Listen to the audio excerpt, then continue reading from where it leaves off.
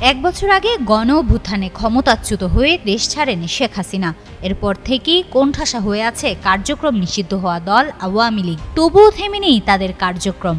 দেশে অস্থিতিশীল পরিস্থিতি তৈরি করতে গোপনে সাজাচ্ছে পরিকল্পনা।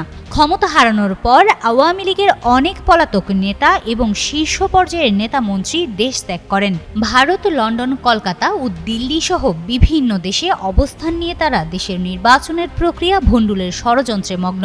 ক্ষমতা হারানোর এক বছর পরেও ন্যূনতম অনুশোচনা কিংবা অনুতাপ নেই দলটির, বরং সেই পুরনো ভুল পথেই এখনও চলছে ক্ষমতাচ্যুত দলটি।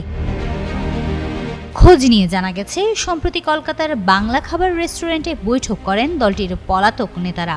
সেখানে ত্রয়োদশ জাতীয় সংসদ নির্বাচনের প্রক্রিয়া ভণ্ডুল করার নানা অপতৎপরতা নিয়ে আলোচনা করেন তারা। এতে অংশগ্রহণ করেন ওবায়দুল কাদের, আফম বাহাউদ্দিন নাসির, মির্জা আজম, নুরুন নবী চৌধুরী শাওন, ইসমাইল হোসেন সম্রাট, গাজীপুর সিটির সাবেক মেয়র জাহাঙ্গীর আলম সহ অন্যান্য নেতারা, যাদের মধ্যে বেশিরভাগই বিভিন্ন মামলার আসামি।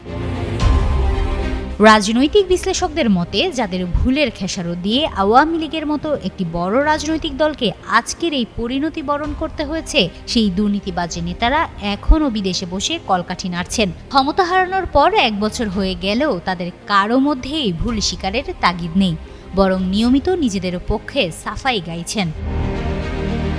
বর্তমানে লন্ডনে অবস্থানরত আওয়ামী লীগের একজন পলাতক নেতা জানান, একটি সিন্ডিকেটের হাতে আওয়ামী লীগ জিম্মি। মাঠ পর্যায়ের ত্যাগী নেতাকর্মীদের প্রতি ওই সিন্ডিকেটের কোনো ভাবনা নেই। বিপদের মুখে সাধারণ কর্মীদের মাঠে নামিয়ে দেওয়া হলেও তারা নিরাপদে বিদেশে পরিবার পরিজন নিয়ে সুখে শান্তিতে জীবন কাটাচ্ছেন।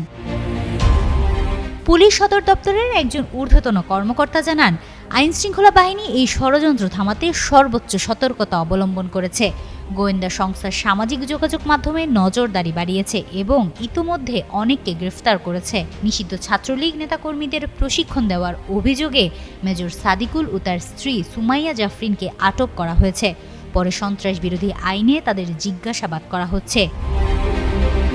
হিমাতুল জান্নাত, যুগান্তর নিউজ।